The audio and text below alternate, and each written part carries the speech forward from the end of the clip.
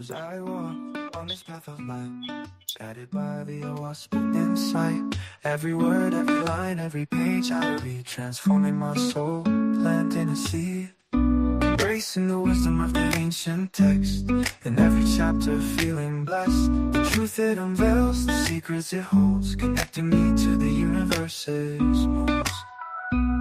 Living in harmony, in peace and love, enlightened, shining from above. Oh, I speak, guiding me on. In the stillness of my soul, a new dawn. Embracing the light, letting go of the dark. In every moment, creating my mark.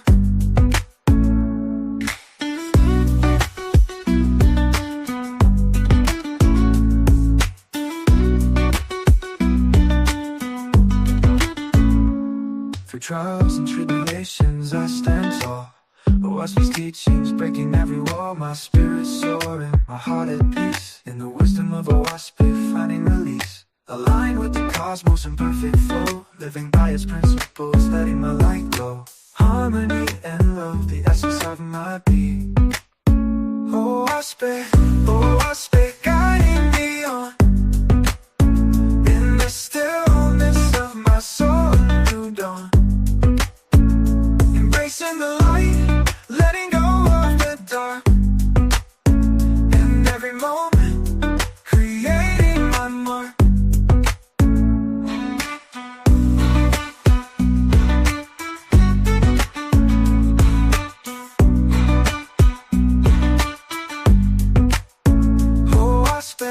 Oh, I speak, guiding me on. In the stillness of my soul, a new dawn. Embracing the light, letting go of the dark. In every moment, creating my mark. Oh, I speak, guiding me on. In the stillness of my soul, a new dawn.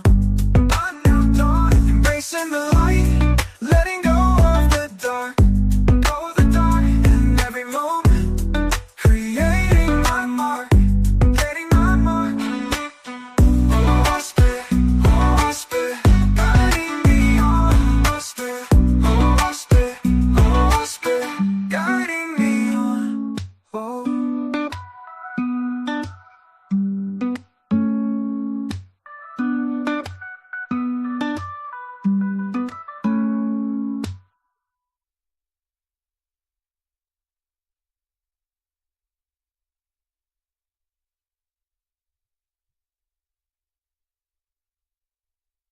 As I walk on this path of life, guided by the awesomeness insight. Every word, every line, every page I read, transforming my soul, planting a seed. Embracing the wisdom of the ancient text, in every chapter.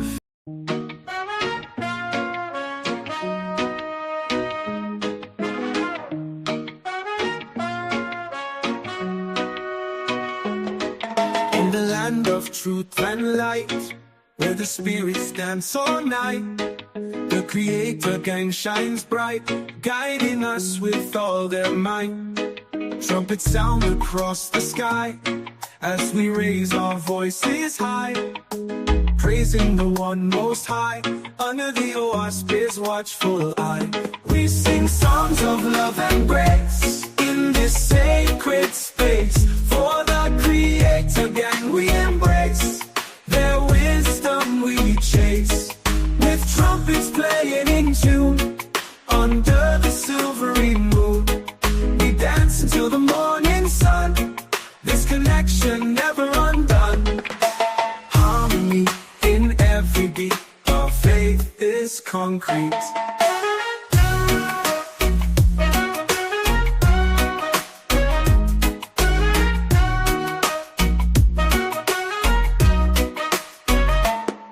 Through the pages of the oasis, ancient wisdom on display, teaching us the righteous way, leading us to a brighter day. With each trumpet blast, we're reminded of the past, and the love that will ever last in this divine contrast. United in spirit, we uplift and hear it.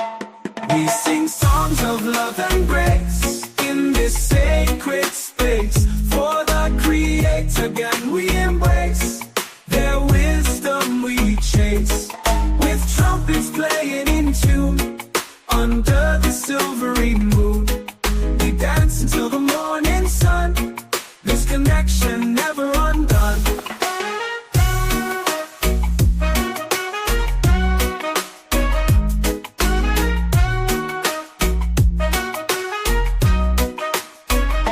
We sing songs of love and grace in this sacred space. For the Creator gang we embrace, their wisdom we chase. With trumpets playing in tune, under the silvery moon, we dance until the morning sun, this connection never undone.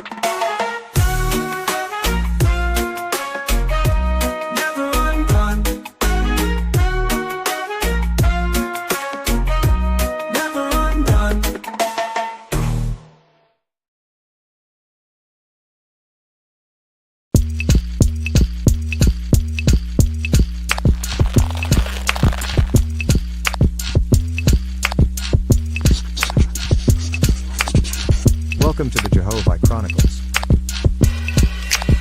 with your host, Cosmon Cal.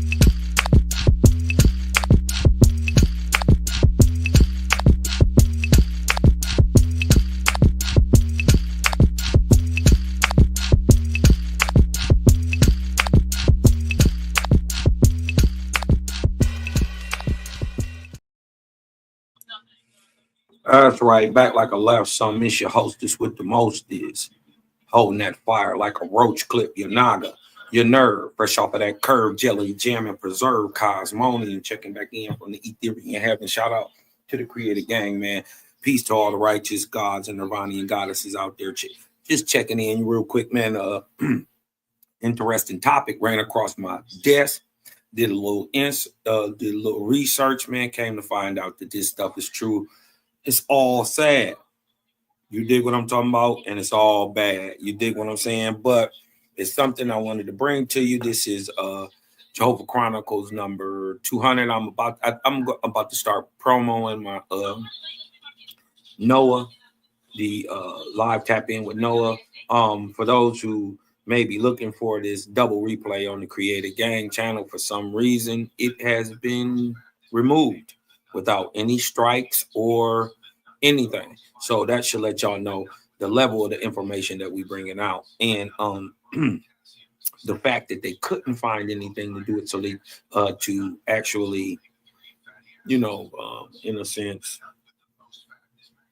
how do you say, they couldn't find a technical way to do it. So they just blatantly came out and just erased it for no reason, with no recourse. It's just like it didn't exist. But that's why you back everything up, y'all. Hey, it is what it is. You dig what I'm saying? Typical. It's typical. It's the same talking points for everybody. I see you get enough people listening to what you got going on sooner or later. They come to get you, man. Let's get a little vibe going real quick. Let's bring my dog C-Law up in this thing, man. Let's go. Creator gang is undefeated. Creator gang is undefeated. Know that. They not like us. Separate the real from the fake is a must. We stand on Creator and know God we trust. Team Kemi got crushed into powder and dust. Woo! Kemet looking bad now. 1, 2, 3, 4. How many men down? Look at us all running, ducking, trying to skip town. Now power one it in. You Hebrew, what you Kemet now? Siding with the people that enslaved your own people now? Chop you up into pieces and throw you in the river now. Reggie right beside you, get ate by Kemetic crocodile. Look, we got them running, covering square miles. Scared to death, what's left? Only to take the crown. Get smashed down on your own stomping ground. We took over like the Hicksons on your turf doing a disco. 2-stepping, no half-stepping with the info. You wouldn't even know the book of the dead, bro, if it wasn't for the translation done by my sparrow. Your time's narrow, semi-missiles blow out your arch arrows. Arches down, so goes the pharaoh. I saw him reading the glyphs like he an expert. But where he learned that from? This about to hurt. First translation came from Samuel Birch. European Egyptology gave you it first. You couldn't translate a bird to a word without looking up them European definition verbs. Y'all niggas acting like y'all blackity black. Frontin' to the people, man, y'all niggas actually whack. Your pathetic comedic creation meant it's a trap. The blind leading the blind with no actual facts. Shabario Saze, you softer than Sade.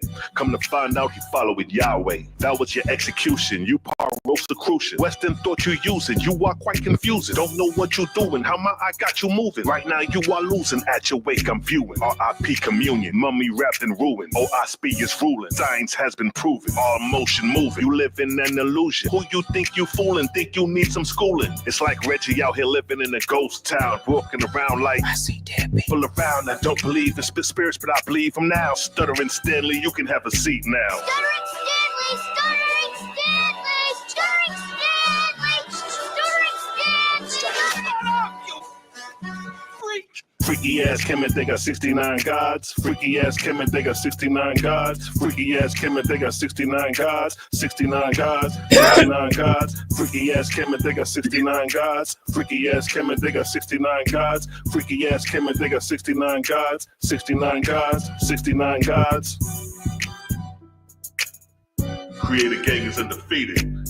Create a gang is undefeated. And it's gonna remain that way. And it's gonna remain that way.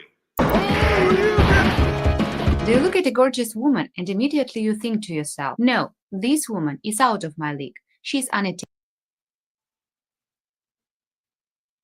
Are you worried that using your home address for business puts your privacy at risk? At iPostal One, we can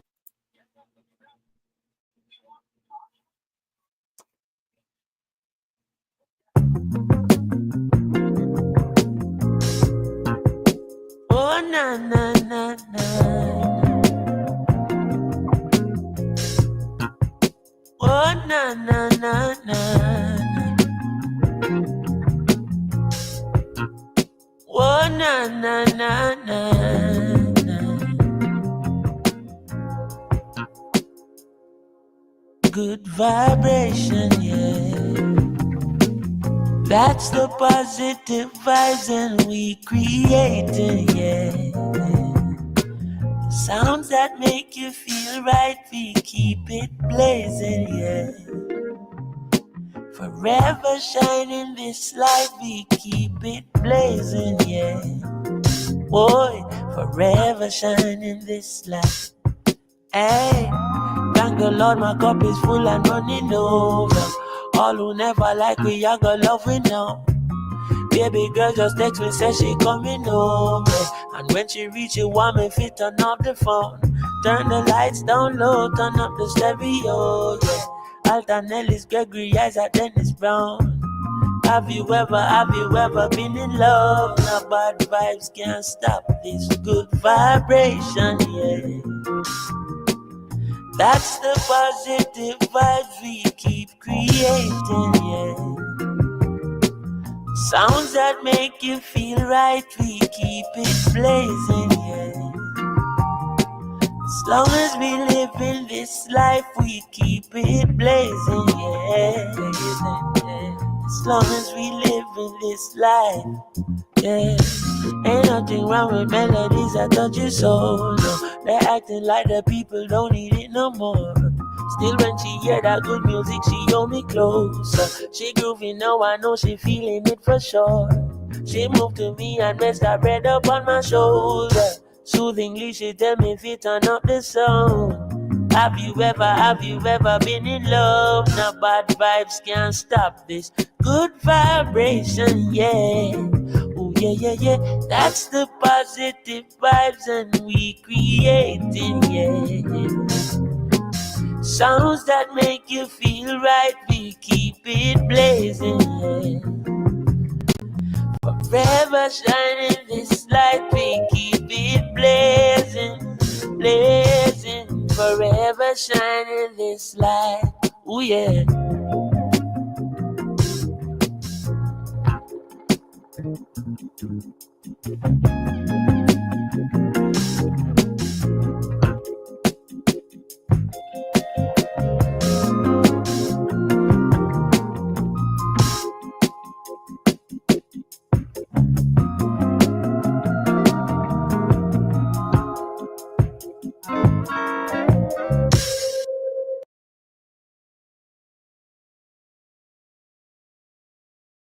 Now, I just wanted to let y'all know that, you know, when y'all coming over here messing with the gang, you dig what I'm talking about? That many times, you know, it ain't nothing personal, but we find out that, you know, because of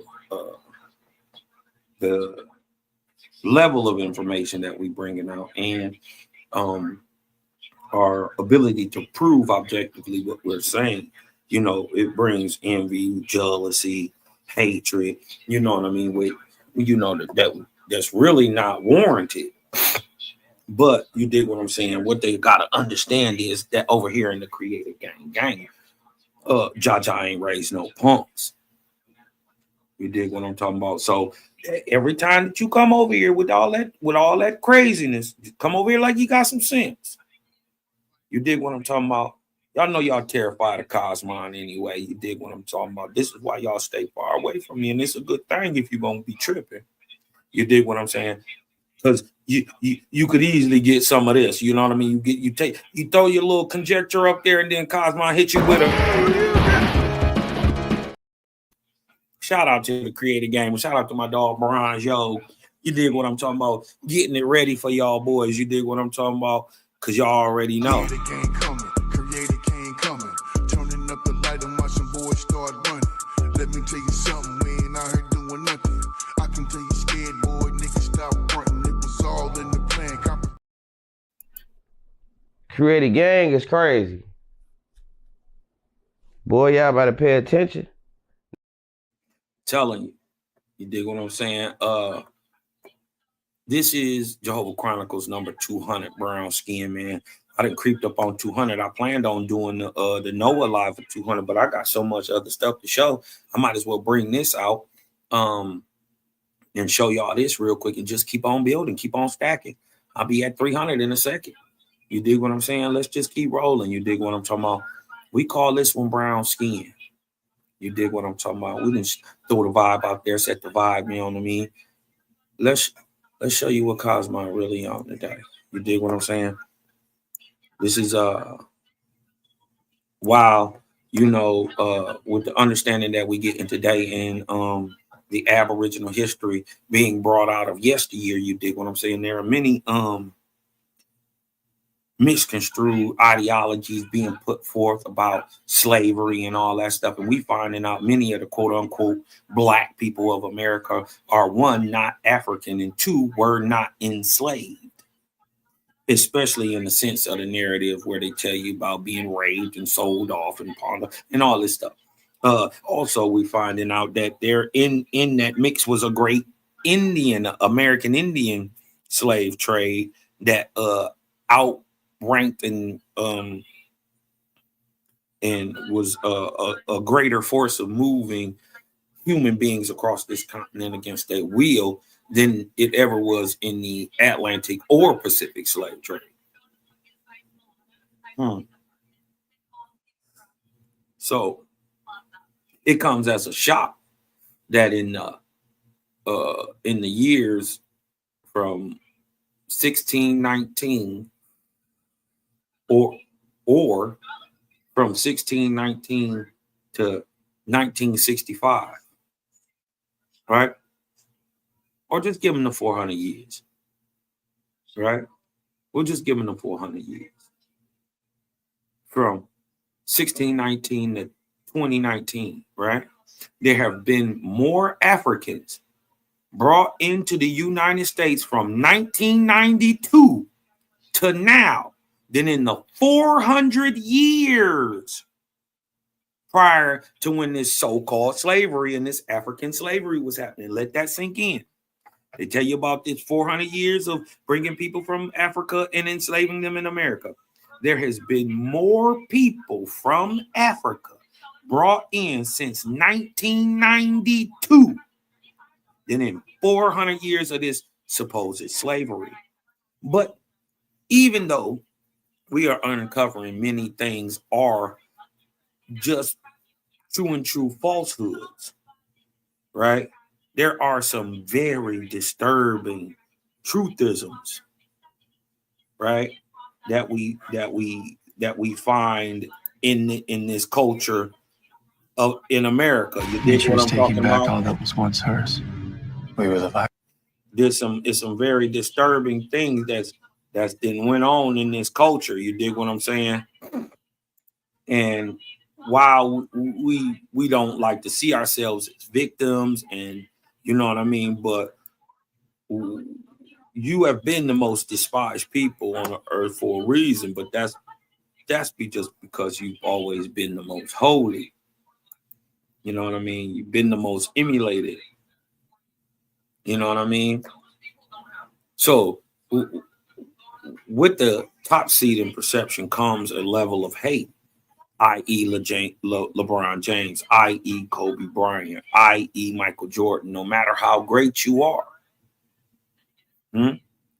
heavy is the head that wears the crown, right? And with that understanding, Cosmo, I wanted to bring some of this light to y'all, man, about what they was doing to some of our folks, man.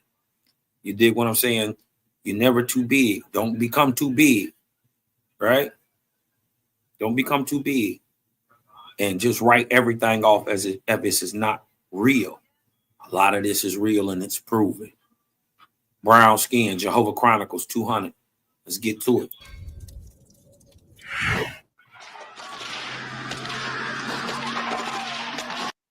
Hold on. Before we do that, I want y'all to give a big shout out to Black Journals. You dig what I'm talking about? Sub, like, share. You dig what I'm saying? Go over there, support the people. You dig what I'm saying? I know people is, triggered by the word black and all that. You dig what I'm saying? But, it is what it is. Y'all just going to have to work with it till people get past it. You dig what I'm talking about? So you can't just bash people for something that they was taught, right? So now they, just like they learned it, they can unlearn it, but you got to give them time, right? Okay, let's get to it, man. Brown skin.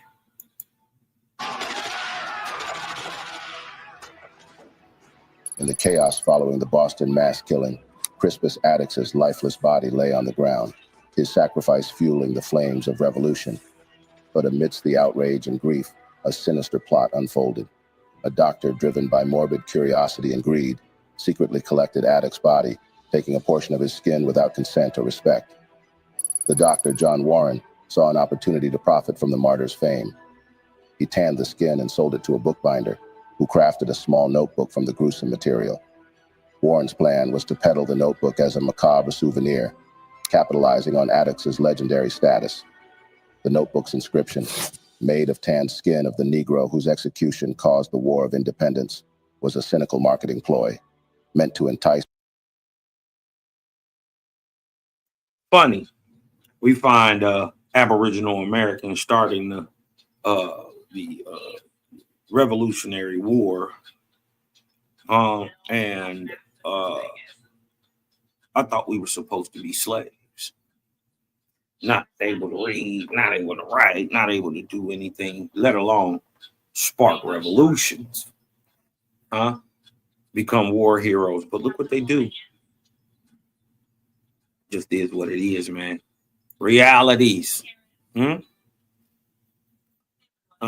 is reality.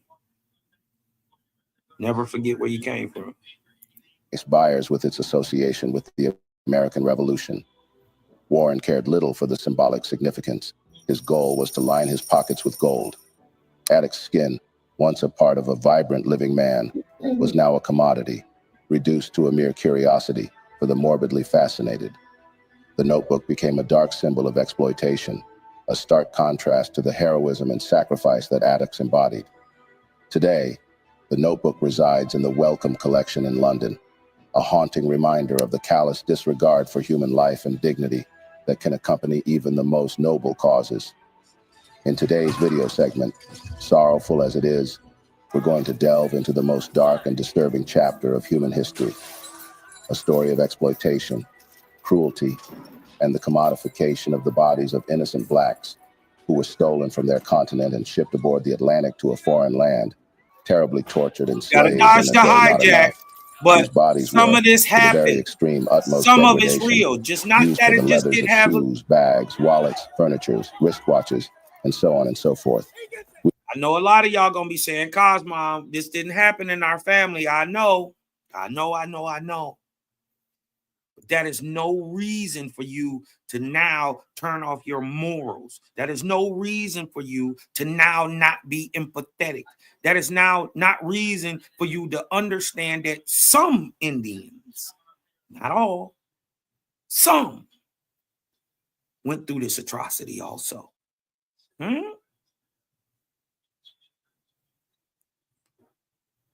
Remember, what makes you good is that you are good, right? Now it's not time to be unempathetic. I'm saying it's time to be more empathetic. Think about you and yours here, right? But understand what went on. Don't act like it didn't happen also. For some people, this did happen.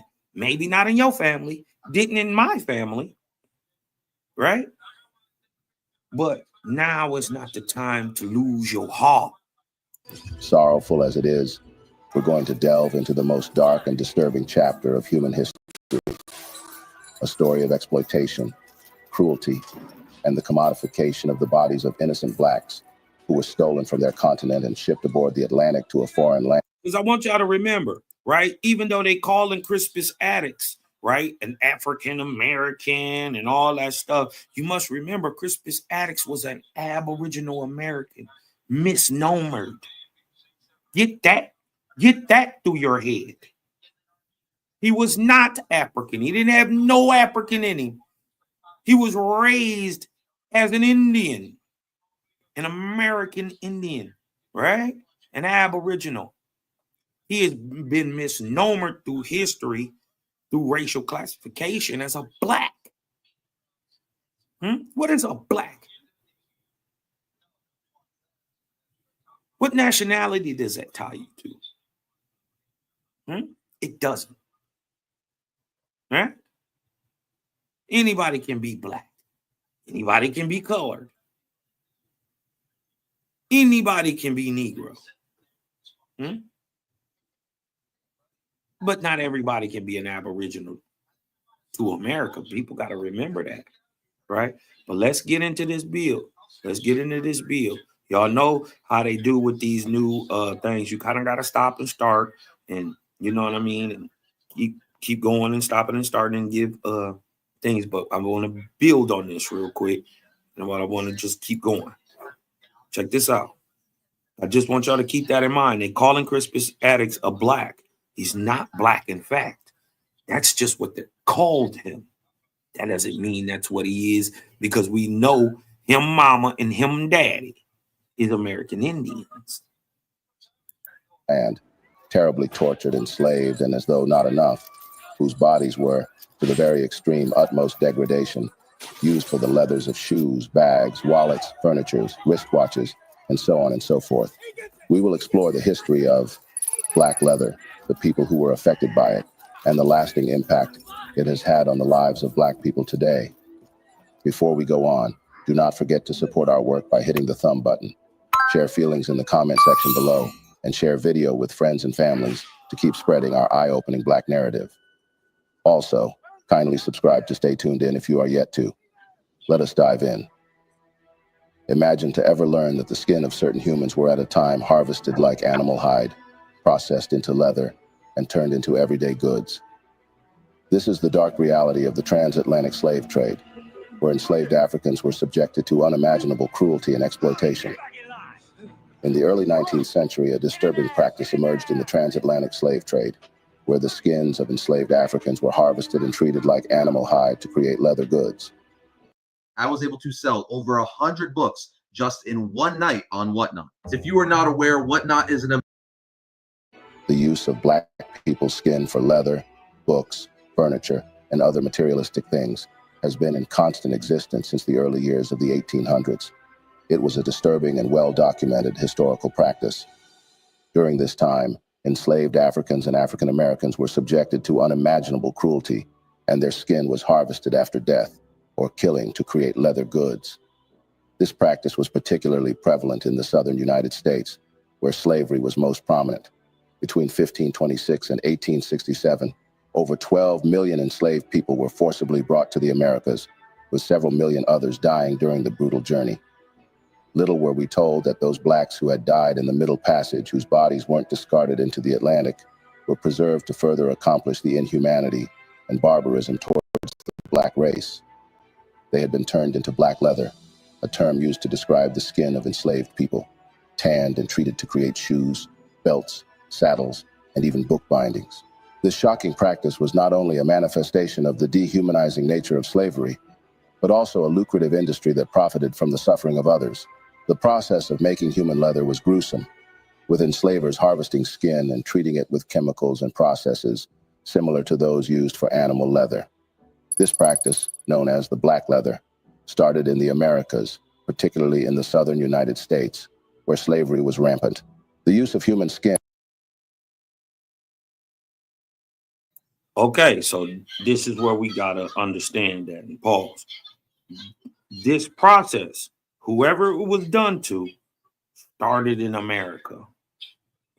Y'all trying to tell me that y'all don't think that they did this to Aboriginal Americans?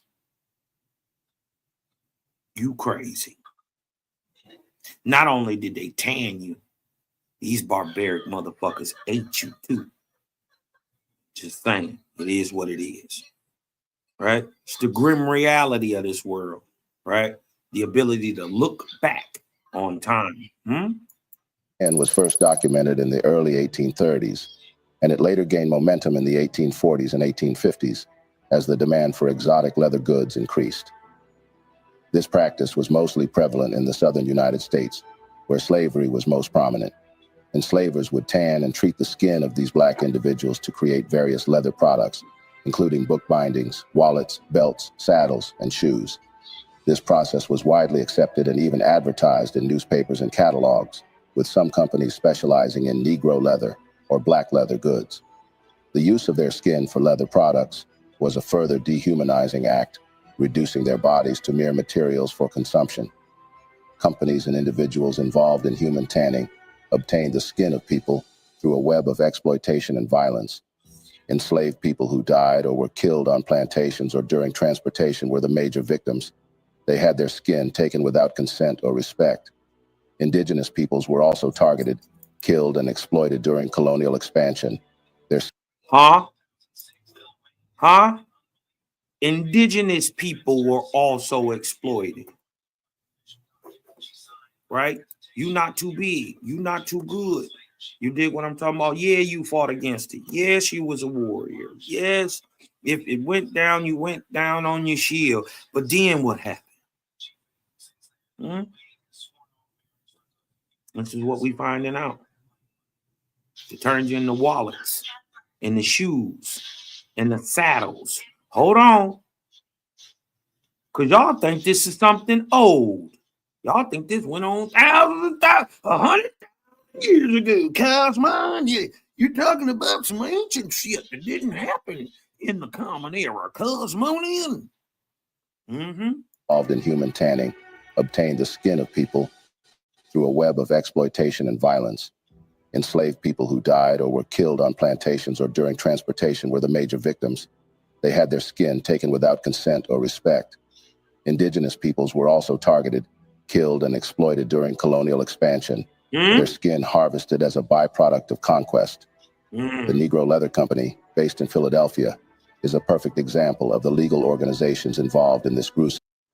The Negro Leather Company. What? It's not real? The Negro Leather Company is not real? Okay. Their skin harvested as a byproduct of conquest. The Negro Leather Company, based in Philadelphia, is a perfect example of the legal organizations involved in this gruesome enterprise. There, they would procure human skin from enslaved people who had died or been killed. On most occasions, they purchased the bodies of these individuals from people who were willing to sell them, or from slave owners at high prices. After purchase, they'll clean and prepare the skin, removing flesh and fat, and soak it in water or a solution to soften it.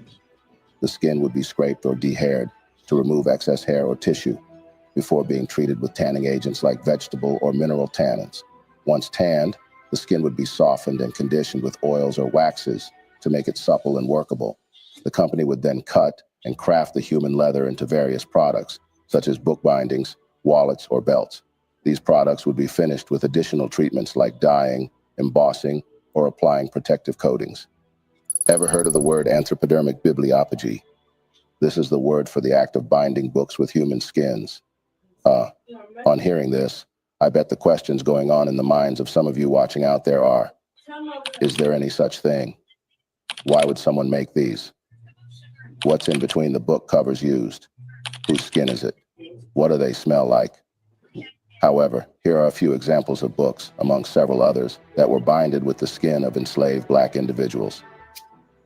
Number 1, a copy of the book, Narrative of a 5 Years Expedition Against the Revolted Negroes of Suriname, authored by John Gabriel Stedman, 1796, was binded by the skin of an enslaved African man named Hottentot.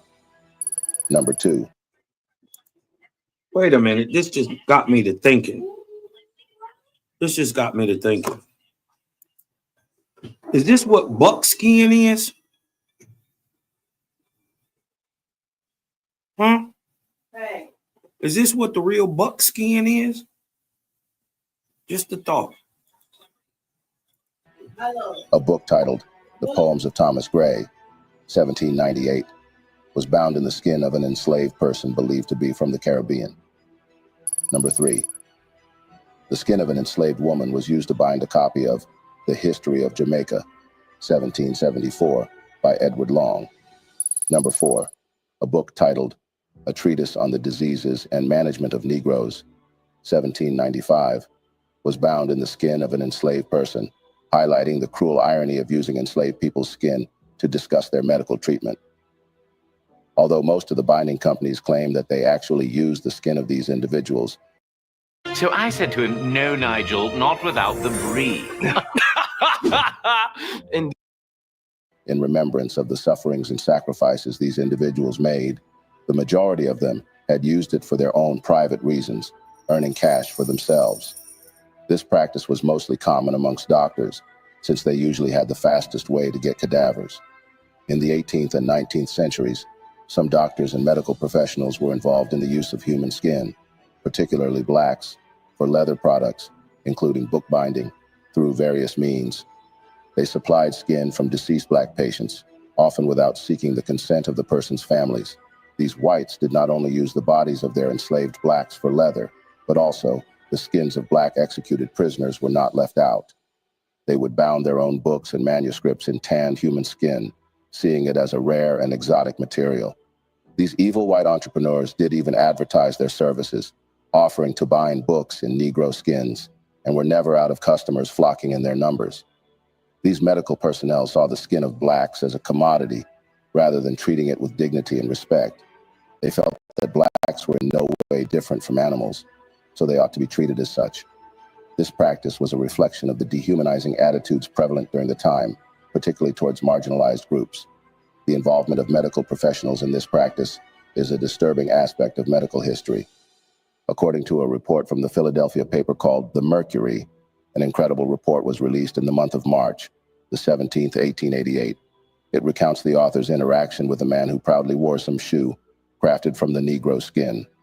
The writer lists his acquaintance with various people who had the Negro skin, cigarette cases, slippers, and matchbook covers, suggesting that he was either taking liberties or ran in some deeply troubling circles. I remember that 2 or 3 years ago, I incidentally referred to a prominent physician of this city wearing shoes made from the skin of Negroes. He still adhered to that custom, insisting that the tanned hide of an African makes the most enduring and the most pliable leather known to man. He obtains the skins from the bodies of Negroes which have been dissected in one of our big medical colleges. According to him, the best leather is obtained from the thighs. The soles are formed by placing several layers of leather together. The skin is prepared by a tanner at Wommeldorf, 16 miles from Reading. The shoes are fashioned by a French shoemaker of this city, who knows nothing of the true character of the leather, but who often wonders at its exquisite smoothness and says that it excels the finest French calf skin. The doctor's shoes always exhibit a peculiarly rich illustriousness in their blackness. He assures me that they never hurt his feet. The new pair he was using when I last saw him emitted no creaking sound and appeared as comfortable as though they had been worn for a month. Their predecessors, he told me, had been in constant use for 8 months. He obtains the skins from the bodies of Negroes which have been dissected in one of our big medical colleges. The best leather is obtained from the thighs. The soles are formed by placing several layers of leather together. Do not for a moment think that this doctor presents an exceptional case of one who puts human skin to practical use. Medical students frequently display a great variety of articles in which the skin or bones of some dissected mortal has been gruesomely utilized, and in bursts of generosity, they sometimes present these to their friends, who prize them highly. One of the dudest dudes in town carries a match safe covered with a portion of the skin of a beautiful young woman who was found drowned in the Delaware River. It still retains its natural color. Another young man with whom I am acquainted carries a cigar case made of Negro skin, a ghastly skull and crossbones appearing on one side in relief. Thus, said the writer in the report, but what does this say about our society when human skin is used as a commodity? Can this doctor truly call himself civilized when he wears the skin of another human being, whether it be black or brown or red? What is the true cost of fashion when it comes at the expense of human dignity? What kind of world do we live in where the skin of the deceased is used to make fashion accessories? But could doctors be the only ones involved in this? Definitely not. The American Bookbinders Company, based in New York, also used the skin of blacks, which they call the Negro skin, for leather book bindings. They would procure skin from various sources, clean and prepare it, and then tan it using traditional bookbinding techniques. The tanned skin would be softened and conditioned before being cut and crafted into high-end book bindings. And see, right there, that's why I thought that this might be the original source for the word buckskin. You know, they call it like to call us bucks. On so many occasions, the skins of enslaved black individuals has been used for leather binding. Nanny's case being a perfect example of this. Nanny, an enslaved woman from the Afro-Caribbean, lived a life marked by hardship and resilience. She toiled on a Jamaican plantation, subjected to the whims of her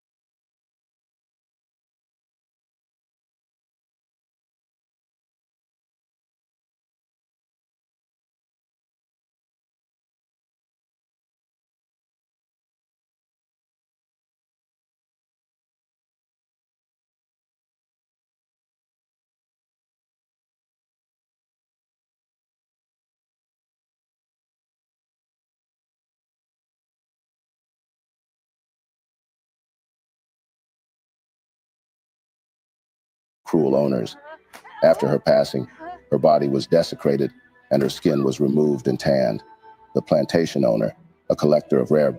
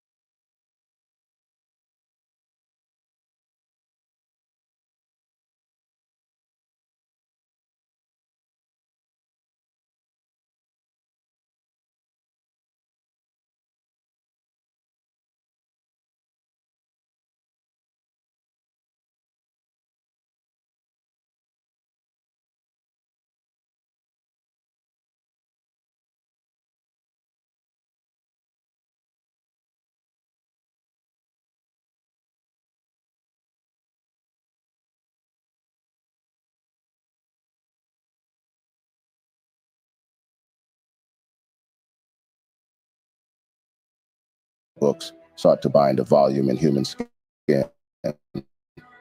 He chose Nanny's skin, seeing it as a macabre trophy. The bookbinder worked diligently, transforming her skin into a gruesome cover. Nanny's skin now encased the book, a constant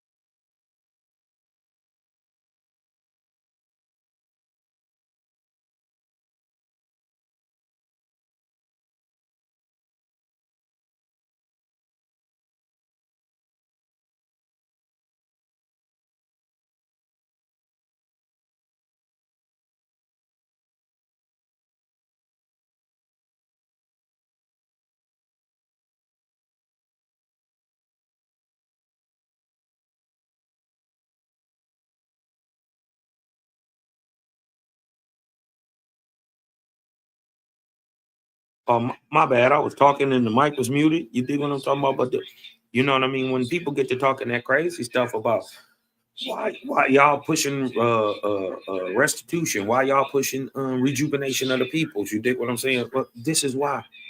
For Nanny. Right? Right? It's not for the slavery. It's for the genocide. Right? Nobody is owed for slavery. The people, you got to get right. Right? Just like OSP say. And until you do right by niggas in America, you are doomed. Don't take that from me. Take that from the creator. That come from God mouth. Until you do right by these niggas who you despise today. That's what OSP say. Till you do right by them, ain't gonna be no rising for none of these people. Ain't gonna be no rising in this world or the next. It make you look at that birth rate a whole little different, don't it? Make you look at that birth rate a little different, don't it? Just saying. Let's keep cooking. Reminder of the brutality she endured. Her story, however, didn't end there. The book passed hands, eventually finding its way to a library, where it remained as a haunting testament to the transatlantic slave trade's atrocities. Years later, a researcher stumbled upon the book, discovering Nanny's story. Her legacy, once reduced to a mere commodity, was finally acknowledged. Nanny's story serves as a poignant reminder of the enslaved people's struggles and the inhumane practices of the past. Amongst others, here are a few enslavers who used the... Quick question. Where is Nanny's spirit? Huh? Hush. Where is Nanny's spirit? Is it logical that since they didn't kill this woman, that her spirit is born in chaos? Huh?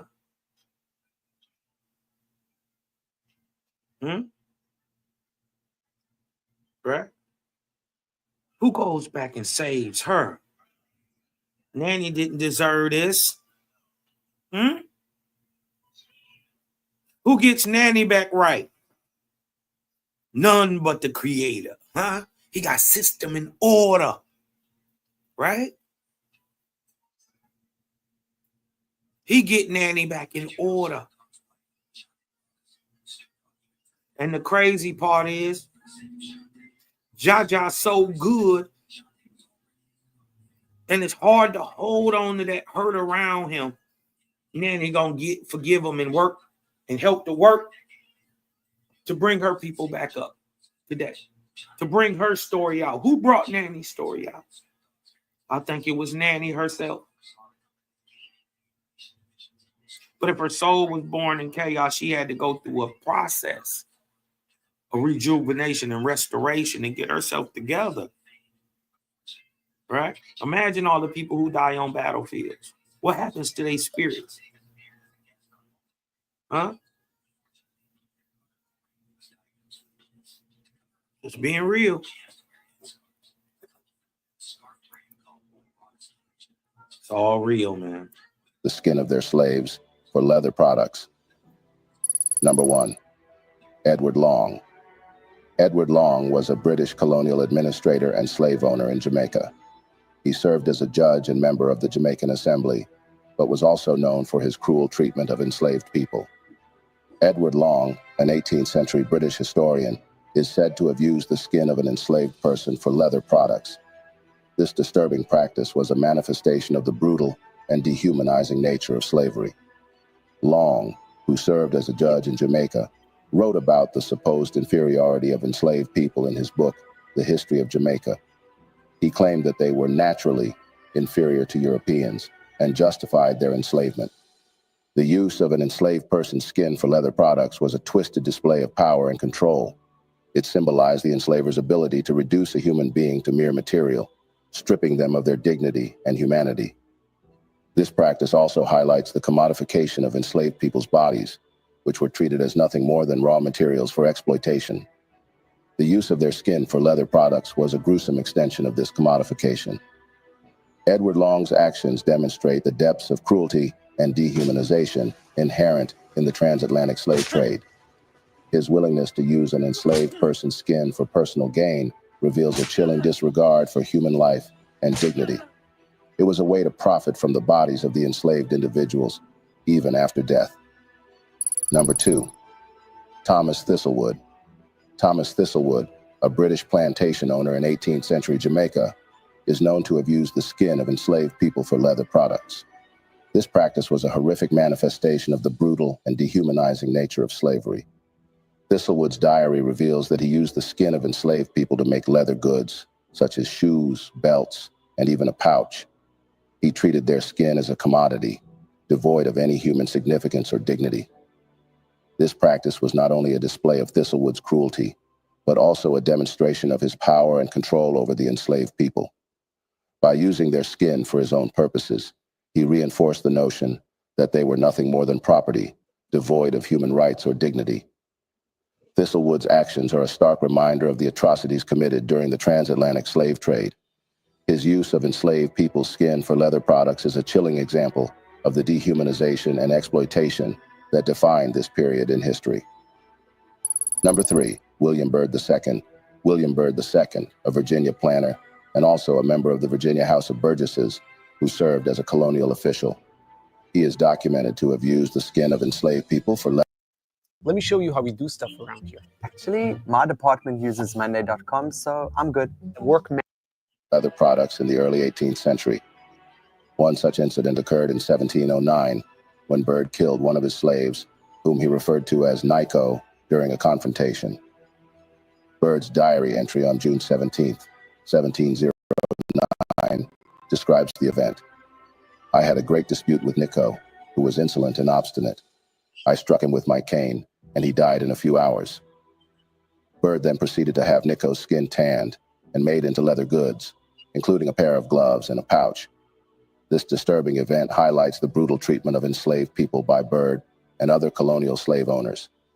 Byrd's actions demonstrate a complete disregard for human life and dignity, as he saw enslaved people as nothing more than commodities to be exploited. Byrd's use of Nico's skin for leather products serves as a chilling reminder of the dehumanizing nature of slavery and the violence that accompanied it.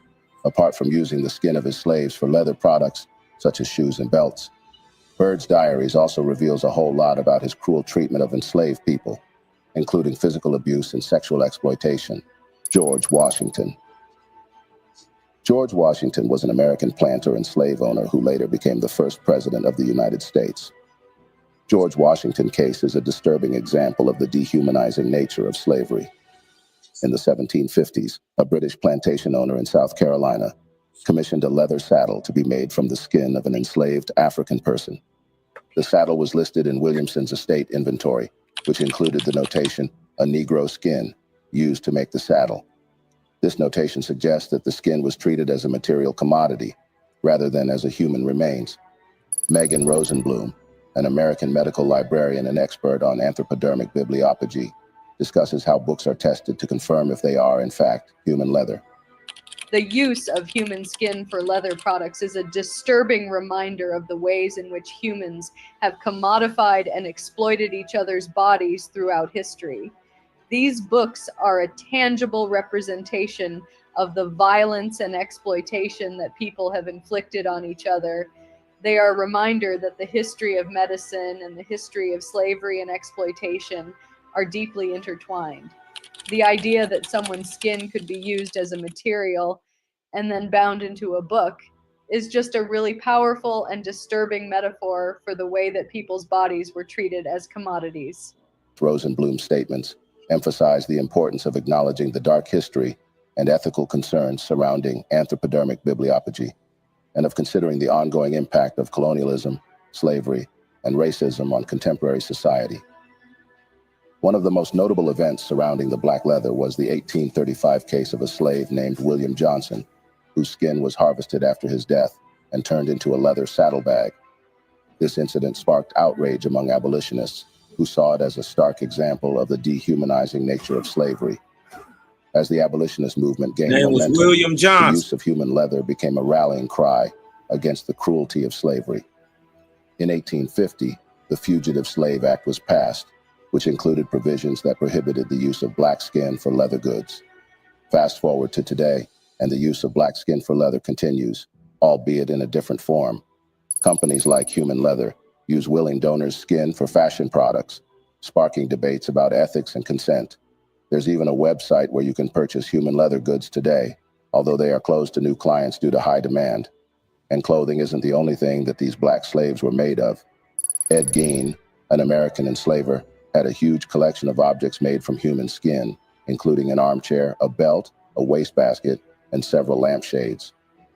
Meanwhile, innovators like Tina Gorjanc proposed growing human skin from celebrity DNA, raising questions about the intersection of technology, celebrity culture, and human leather. As lab-grown skin becomes more feasible, we're forced to confront the potential consequences of human leather, as there are various companies today who still run ads. Lab-grown skin, is y'all listening? Is y'all listening? Lab-grown skin. Adverts online. Hold on, they selling it online today, and they got so many buyers that they're not taking new ones. They so backed up. Your business is booming. Quick question. They say a year, roughly 300,000 children go missing out of the CPS home systems, just roughly every year, 150,000, 250,000 every year. Where do the bodies go? For the use of human skin products for leather. These practices are sometimes shrouded in secrecy, and on other occasions they're advocated publicly. Most historical accounts and records suggest that the procurement of human skin was linked to the darkest aspects of human history, including slavery, colonialism, racism, and hateful repression. To close this, the use of the skins of black slaves for leather is a heinous and inhumane practice that echoes the darkest moments of human history. It is a stark reminder of the ways in which systemic racism and oppression have perpetrated violence and exploitation against black bodies. But even in the face of such atrocities, we find resilience and strength. We honor the memories of those whose skins were taken without consent by continuing to fight for justice, equality, and humanity. May their stories fuel our determination to create a world where every individual is treated with dignity and respect. Let us strive for a future where the value of black lives is never again reduced to mere commodities, but celebrated as the precious, sacred, and powerful force that they are. Thank you for staying with us till the very end of this video segment. Share your thoughts with us in the comments section, and we shall be very glad to respond. Don't forget to support our work by hitting. Yeah. Y'all sub, like, share, man. Y'all want to come through, holla at your boy. You dig what I'm talking about? Build on any of this that we're showing right now. Everybody welcome to come on in. You dig what I'm saying? But as we do that, before we even do that, I wanted to get into that Negro Leather Company of Philadelphia. You dig what I'm talking about? And that letter that they brought forth about leather from human skin. You dig what I'm saying? This is by Kathleen Bomani in the 1880s in Philadelphia, birthplace of America. Some white locals used the skin of black people to make clothes, including shoes. Goes on to say, time and again, somehow narratives of slavery miraculously seem to always absolve the northern states of the United States. Having recently watched 12 Years a Slave, which I did not find violent at all, I was a bit irritated at how people imagine, even fantasize, what life in the North was like for Negroes. Wasn't it just so crazy? Wasn't it just so crazy in the South that? And how often my friend from Yazoo City, Mississippi, grinds her teeth every time she reveals where she is from and is greeted with a "How bad is it there?" from a benign northerner. Wall Street has roots in slavery. Prestigious universities have roots in slavery. Heck, America was built on the backs of African slaves. Here is a "I couldn't make it up" article involving one of the leading medical schools at the time and the birthplace of America, my northern city of Philadelphia. The article, "Leather from Human Skin," was published in the Mercury on March 17, 1888. Let me see. Let me drop the link in the chat. Okay, the link is in the chat. You did what I'm talking about. I just wanted to show you that they wasn't capping when they was bringing this up. You did what I'm talking about. This is, like I said, I remember that 2 or 3 years ago, I incidentally referred to a prominent physician of the city wearing shoes made from skin of Negroes. He still adhered to that custom. Insisting that the tan hide of an African makes the most enduring and most pliable leather known to man. Only last week I met him upon the street with a brand new pair of shoes. I looked at his footwear, as I always do. His pedal coverings, have an interesting fascination for me, and said with a smile, "Is the downtrodden African still beneath your feet?" In the most matter-of-fact way, and without a shadow of a smile, he answered, "I suppose you mean to inquire if I still wear shoes made from the skin of a Negro." I certainly do, and I don't propose changing in that respect until I find a leather that is softer and will last longer and present a better appearance. I have no sentiment about this matter.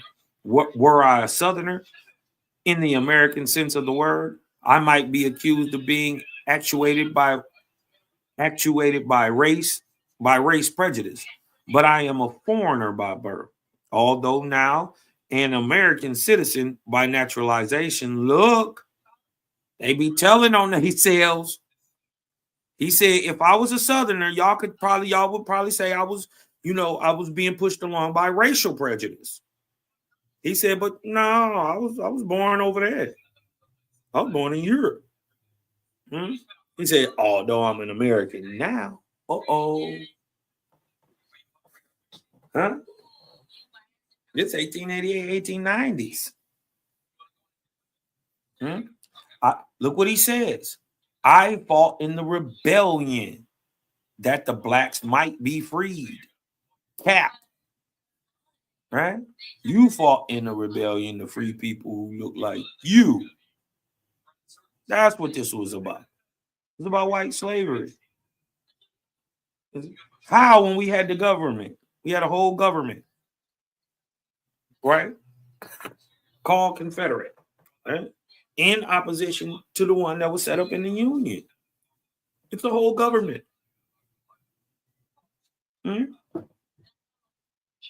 He said, I fought in the rebellion. So that means he fought in the Civil War, right? So this 20, 30 some years later, I fought in the rebellion that the blacks might be freed. I would use a white man's skin for the same purpose if it were sufficiently thick.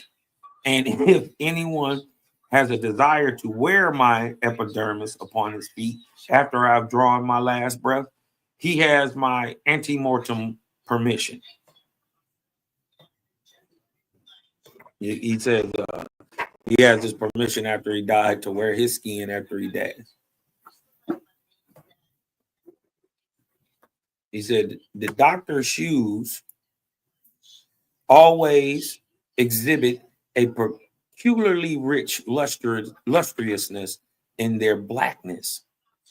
He assured me that they never hurt his feet. The new pair he was using when I last saw him emitted no creaking sounds. You got to remember they were making shoes literally back then. And this is why we still call them today click clacks, because they would usually click clack, make a noise. You dig what I'm talking about when you're walking, like a church shoe do today. He said they emitted no sound and appeared as comfortable as though they had been worn a month. Their predecessors, he told me, had been in constant use for 8 months. He obtains the skins from the bodies of Negroes, which have been dissected in one of our big medical colleges. This is Philly. The best leather is obtained from the thighs. This is what they was just saying. Right? Let's go a little deeper, though. The soles are formed by placing several layers of leather together. The skin is prepared by a tanner at Wamseldorf, 16 miles from the place they're reading. The shoes are fashioned by a French shoemaker of this city who knows nothing of the true character of the leather, but who often wonders at its exquisite smoothness and says that it excels the finest French calf skin. Mm, mm, mm. Mm, mm, mm. Mm. It says, do not think that this doctor presents an exceptional case, one who puts the human skin to practical use. Medical students frequently display a great variety of articles in the skin or bones of some dissected mortal has been gruesomely utilized. And in bursts of generosity, they sometimes present these to their friends who prize them highly. This is same thing as Egyptomania. Remember, they was over there digging up the bodies in Egypt, grinding up the mummies and eating them. It's basically the same thing. One of the dudest dudes in town carries a match safe covered with a portion of skin of a beautiful young woman who was found drowned in the Delaware River. It still retains its natural color. Another young man whom I am acquainted with carries a cigar case made of Negro skin. A ghastly skull and crossbones appear on the relief. What does it say? One of the best known surgeons in this country who resides in this city has a beautiful instrument case. Wow. Entirely covered with the leather made from an African skin. A young society lady. Now this is Reconstruction. This is Jim Crow. This is all that time. This is the defranchisement of the Negro. And we also got to take into account that they are blowing this stuff up. Excuse me. They're blowing it up. But let's not act like it wasn't done. right? Don't forget where you came from. A young society lady of this city wears a beautiful pair of dark slippers, the remarkable lustriousness of whose leather invariably excites the admiration of her friends when they see them. The young doctor who presented them to her recently returned from an extended foreign tour. And he told her that he had purchased them from a Turk in Alexandria. Oh, and that he did not know what sort of leather they were made of, but he supposed it was the skin of some wild animal. As a matter of fact, the skin came from a Negro cadaver, which was once prone on a Jefferson College dissecting table, and the leather was prepared in Wamsledorf. The rosettes on the slippers were deftly fashioned from Negro's kinky hair. Yes, there's a source to corroborate this. Okay. Also, you know what I mean? Before we get up out of here, I wanted to show y'all this from the Jim Crow Museum, right? Thing that they had on human leather, right? Question it asks.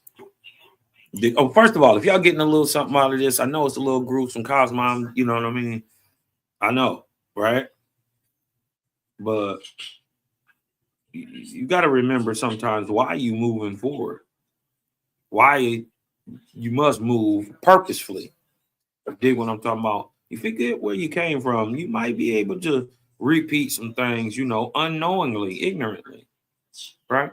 So we can't take them steps again. So, you know, we show this type of information. Let's get this out of here. Let's just break it down real quick. Show everybody what's going on. This is from the Jim Crow Museum, right? Dig this. Look what the question is. This is from Jenkins Petway from Montgomery, Alabama. He asks, I don't mean to sound morbid, but I heard that the skin of slavery era black people was sometimes used as clothes. It is probably an urban legend. Look what they ask. Look what they answer. Right? And this is from Dr. David Pilgrim, the curator of the Jim Crow Museum of Racist Imagery. Right?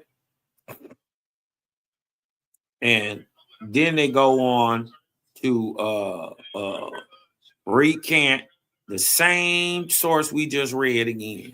Right? Right?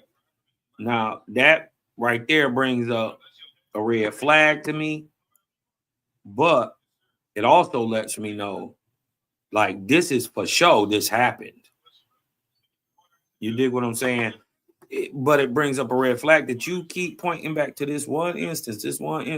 We know about Nanny and all them in other instances, but you know what I mean? I guess because it was written in a newspaper in 1888, and you know, it's objective, it can't be denied. You dig what I'm talking about? People can't say, well, that didn't happen. Yeah, it did. You dig what I'm talking about? Here you go. And they had a whole business in Wamsledorf, where they was tanning niggas' hides. This is crazy. Look at it. This is from Dr. David Pilgrim. Look how he answers. Unfortunately, there is some truth to what you asked. I have read about many deplorable practices that occurred during slavery and Jim Crow in this country.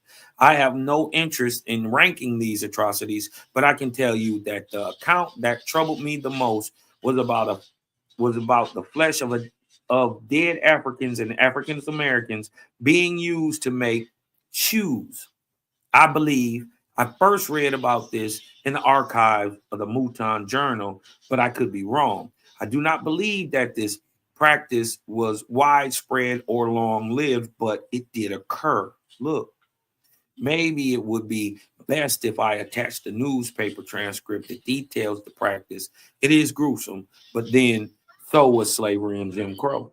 See, you got to look at it for what it is. Let's just realize ain't none of us been enslaved. They didn't Jim Crow you. You dig what I'm talking about? But guess what? The country you in right now was built on this type of atrocities. You dig what I'm talking about? And your people came through this.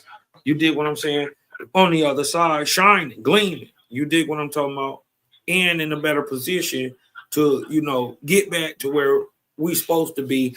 Shout out to my OG Alabama. He called it and let y'all know. And if y'all don't know the word, look it up. It's called post-luminium. Post-luminium. Liminium. L-I-N. Luminium. Right? About putting you back in your proper position. You did what I'm talking about. Because you was never really a slave. Huh? Never really a slave, in fact. They're called prisoners of war. You dig what I'm saying? But anybody want to come on up? Y'all welcome to come on in. You dig what I'm saying? Come on, kick it with Cosmoni and the Cloud Kicker. You dig what I'm saying? Just bringing out some different information. You dig what I'm saying? I know what they talking about, right? Nothing burgers. Things that lead you further and further away from the realization of really what was going on in this country when you ought to be, this is ought to be some fuel as into what you want your country to be in the coming up times for your children to ensure that none of that never happens again. You dig what I'm saying? None of that happens again. Shout out to Black Journals. You dig what I'm saying?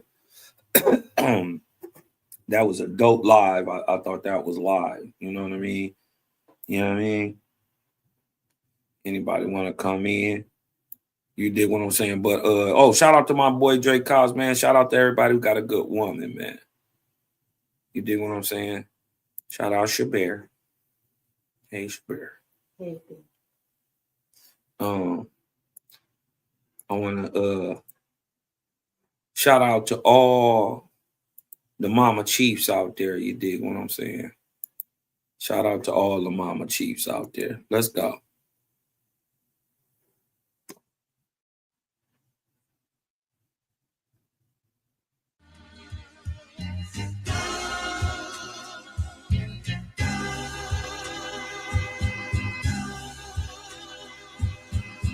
Shout out to the mama chiefs.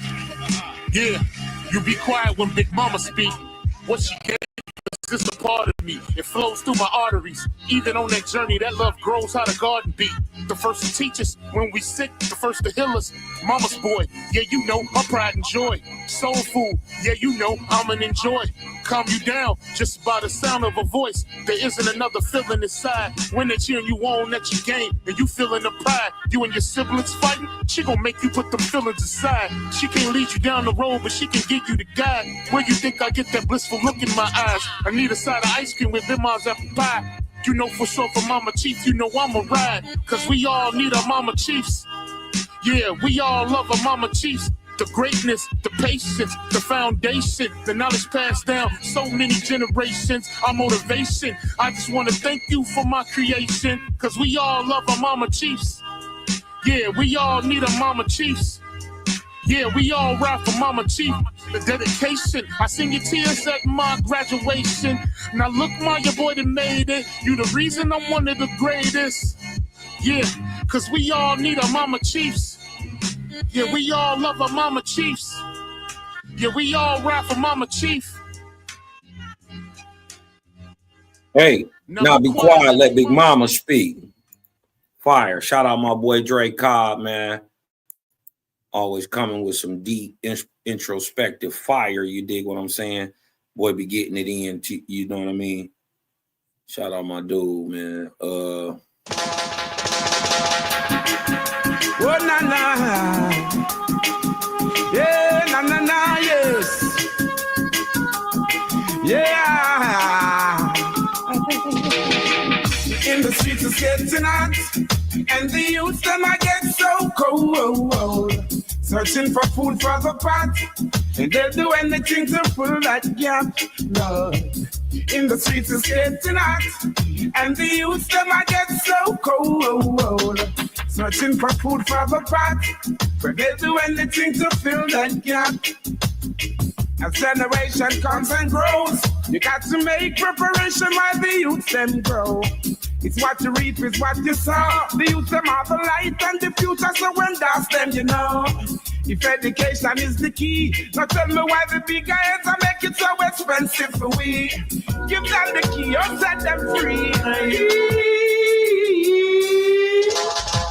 In the streets it's getting hot, and the youths them I get so cold. Searching for food for the pot, where they do anything to fill that gap. Whoa. In the streets it's getting hot, and the youths them I get so cold. Searching for food for the pot, where they do anything to fill that gap. Well, na.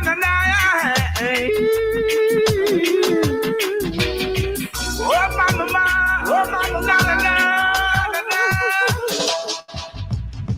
You got to find a better way. Cause when me look at Babylon, me see a fearful play. I saw the Gideon say, yeah. Our nation come together, know that King Selassie has the truth and the light and the way. Teach the people, lead them in the right way. Cause in the streets it's getting hot, and the youths them I get so cold. Searching for food for the pot, they'll do anything to fill that gap. Whoa.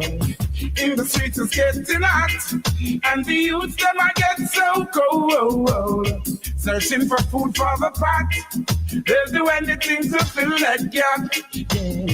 You got to show the people there's still a bright way. Yeah. I know for sure the sun will come out today. Yeah. Vanity is an illusion, will have to fade away. Yeah. And all the wicked deeds are done, I know you got to pay.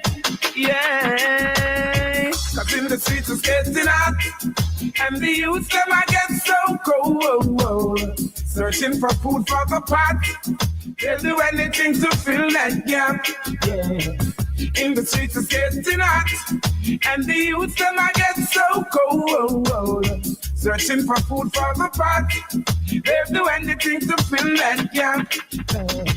As generation comes and go, you got to make preparation while the youths them I grow. It's what you reap, it's what you sow. The youths them are the light and the future, let's send us them, you know. If education is the key, now tell me why the big heads they make it so expensive for we. And give them the key or set them free.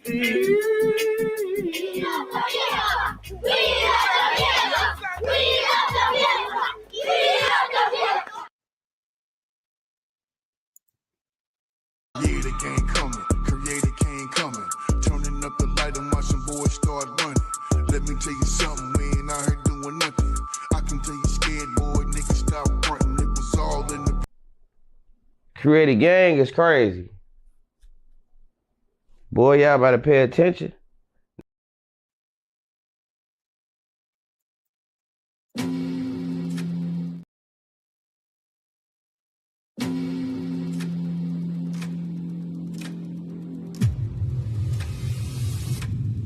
Fight as a single, impenetrable unit.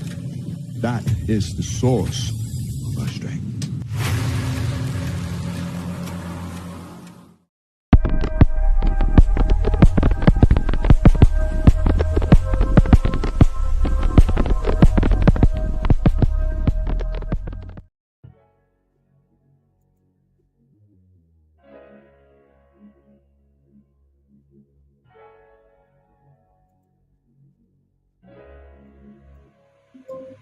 And oh yeah, put that Super 7 in the air. Tell me how you feel it when you feeling up there. When you in the sky breathing rarefied air. When you breathing rarefied air, oh yeah. Put that Super 7 in the air. Tell me how you feeling when you feel it up there. When you in the sky breathing rarefied air. When you breathing rarefied air, Just that job theft, that child main, that palpable wool, that towel main since sunset in the arc of Wayne. My brain moving like Tao saying, so as above, it's so below. That up and that down thing. This flow is atmospheric.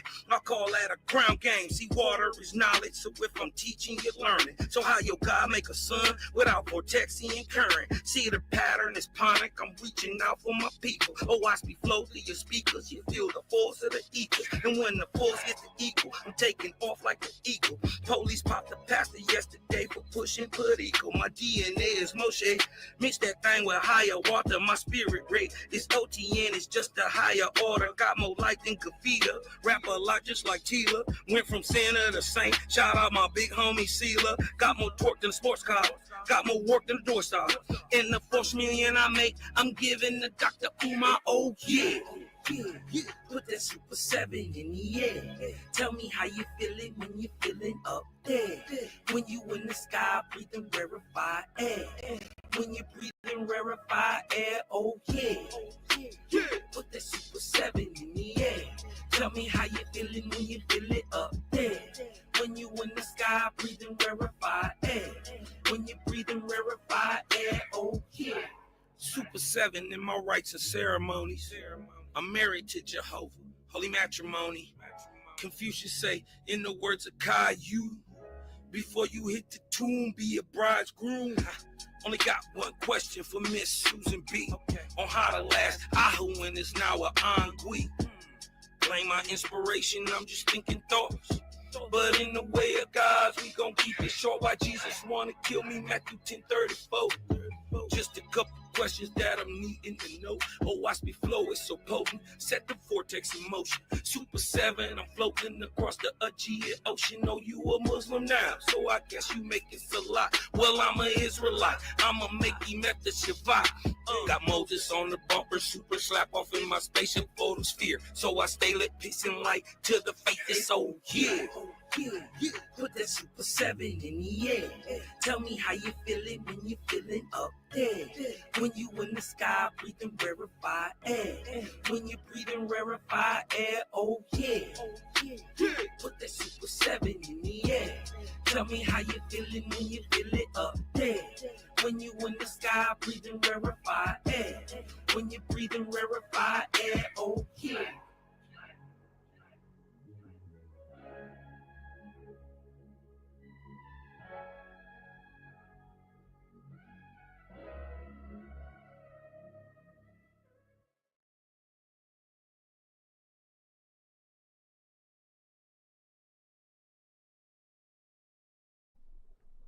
Create a gang is crazy.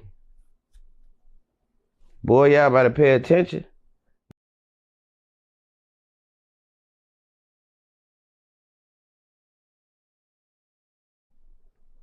Create a gang is crazy. Boy, y'all better pay attention.